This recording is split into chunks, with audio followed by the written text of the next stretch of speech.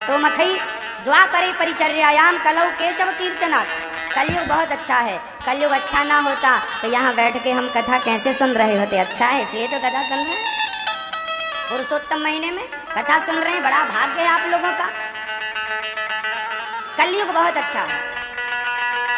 सतयुग त्रेता द्वापर में जो गति यज्ञ करने से, पूजा करने से, पाठ करने से मिलती है, कलयुग में वही गति नाम जपने से मिल जाती है, नाम लेने से। इसलिए काम करते रहो, नाम जपते रहो।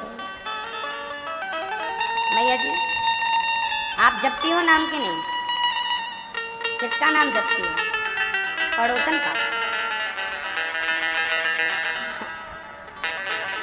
बहू सासू माँ का नाम जपती है, सासू माँ बहू का नाम जपती है। जहाँ बैठेगी चर्चा, और भक्त तो जहाँ बैठेगा भगवान की चर्चा, जहाँ बैठेगा मेरे राम ऐसे, मेरे कृष्ण ऐसे, मेरे कृष्ण की लीला, वो सब बोलता रहेगा राम के बारे में, सुने ना सुने मस्ती।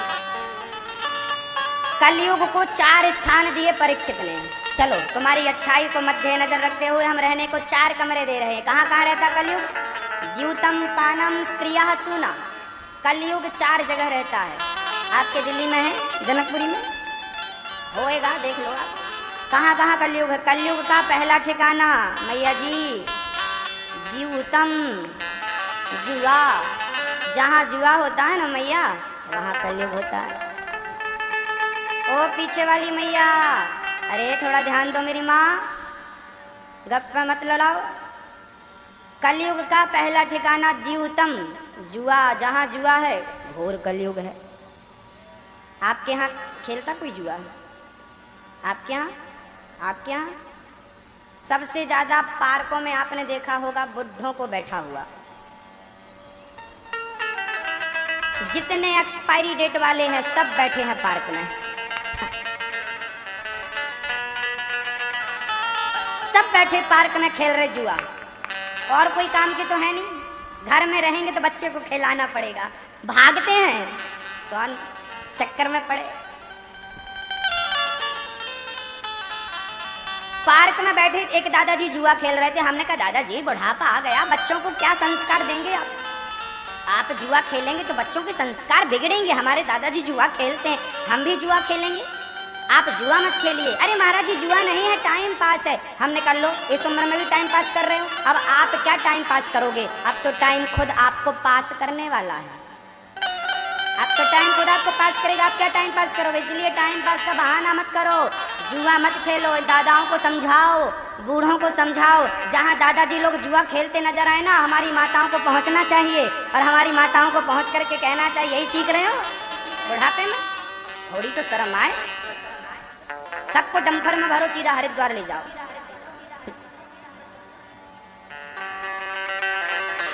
ये यहाँ रहेंगे तो संस्कार बिगाड़ेंगे। देखो कथा में नहीं आते, जुआ खेलते रहते, तो ये बच्चों के संस्कार बिगाड़ रहे हैं। हम लोग झाड़ू लगा के जाते, ये फिर कचरा फैला देते हैं।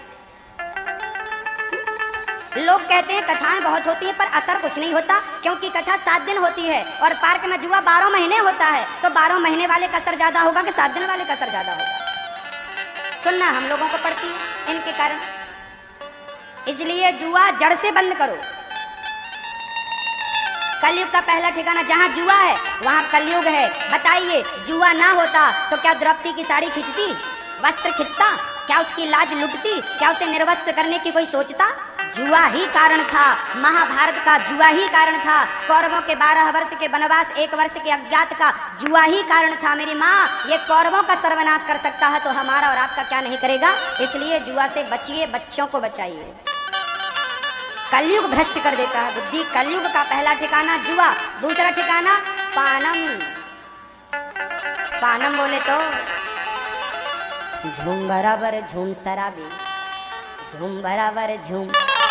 किसी ने कहा जब पिया है तो बराबर कैसे झूमेगा? कलयुग का दूसरा ठिकाना शराब है। जहाँ शराब है वहाँ कलयुग है। इसलिए भक्तों हाथ जोड़ विनती करूं, सुनियो चित्त लगाए, दास आ गया शरण में।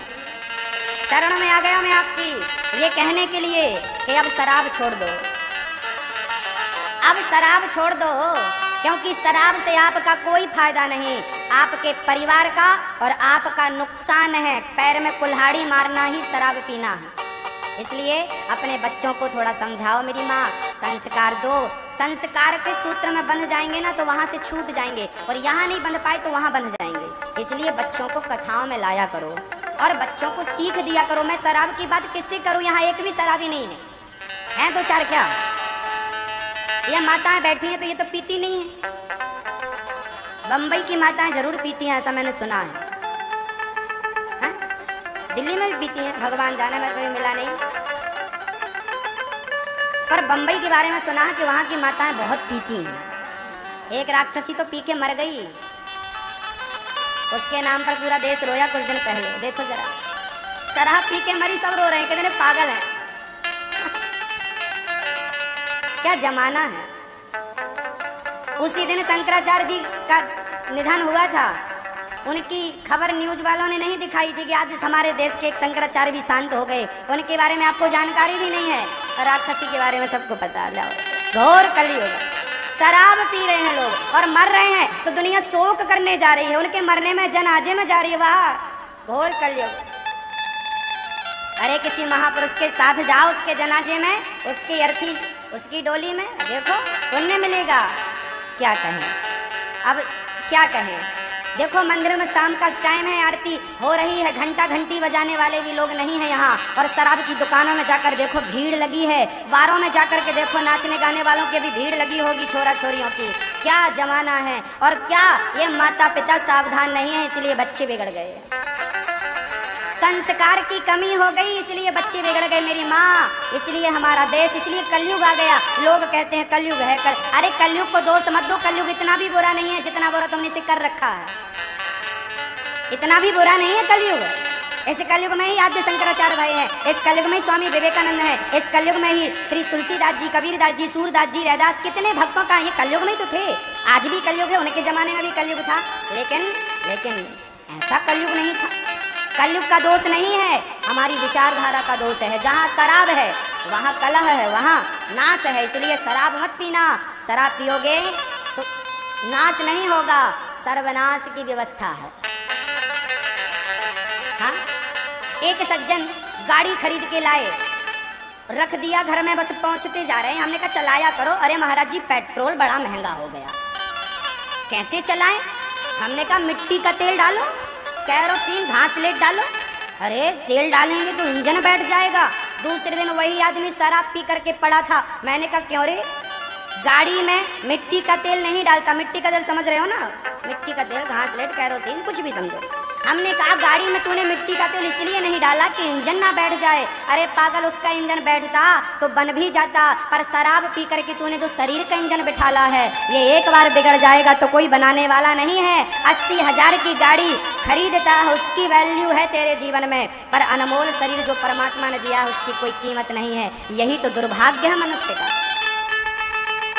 शराब त्याग दो। एक सज्जन मेरे पास आए, बोले महाराज जी आप भी पियो। हमने कहा क्या? बोले अभी अंगूर की निकाली, ताजी ताजी पियो। हमने कहा पियेंगे तो क्या होगा? बोले 12 घंटे ऐसी मस्ती चढ़ेगी, उतारी नहीं उतरेगी। हमने कहा अच्छा, फिर 12 घंटे बाद क्या करेंगे? बोले 12 घंटे बाद एक पैक और चढ़ा लेना, फिर चढ़ जाएगी। हमने कहा यार तेरी वाली ना 12 घंटे चढ़ती है, एक हमारे पास भी है जो एक बार चढ़ा लो ना तो उतरती नहीं है। बोले कौन सी वाली है? होगी ज्यादा महंगी। हमने कहा बहुत महंगी नहीं, बहुत सस्ती है। कौन सी वाली? हमने कहा जाम पर जाम पीने से क्या फायदा, रात बीती उतर जाएगी, इच्छा नहीं होगी। अरे सुनना है तो कथा सुन लो, इसको सुनने के बाद फिर कुछ सुनने की इच्छा नहीं होगी। कलयुग का दूसरा ठिकाना शराब, तीसरा ठिकाना चरित्रहीनता, चौथा मांस। जहां मांस होगा, आप लोग मांस तो नहीं खाते? आप लोगों की दिल्ली में तो हर किराना की दुकान में अंडा होता है। भाई ग्राहक है तब तो दुकानदारी है, ग्राहक ही नहीं होंगे तो दुकानदारी क्यों होगी? बिक रहा है मतलब ग्राहक हैं। बहुत खाते हैं अंडे। एक सज्जन तो टीवी में प्रचार कर रहे थे, संडे हो या मंडे खूब खाओ। इनको नर्क जाना पड़ेगा। अंडे का प्रचार करते हैं, बताइए कितना दुर्भाग्य है। अरे अंडा क्या शक्ति देगा आपको? अंडा क्या ताकत देगा? अंडा क्या एनर्जी देगा?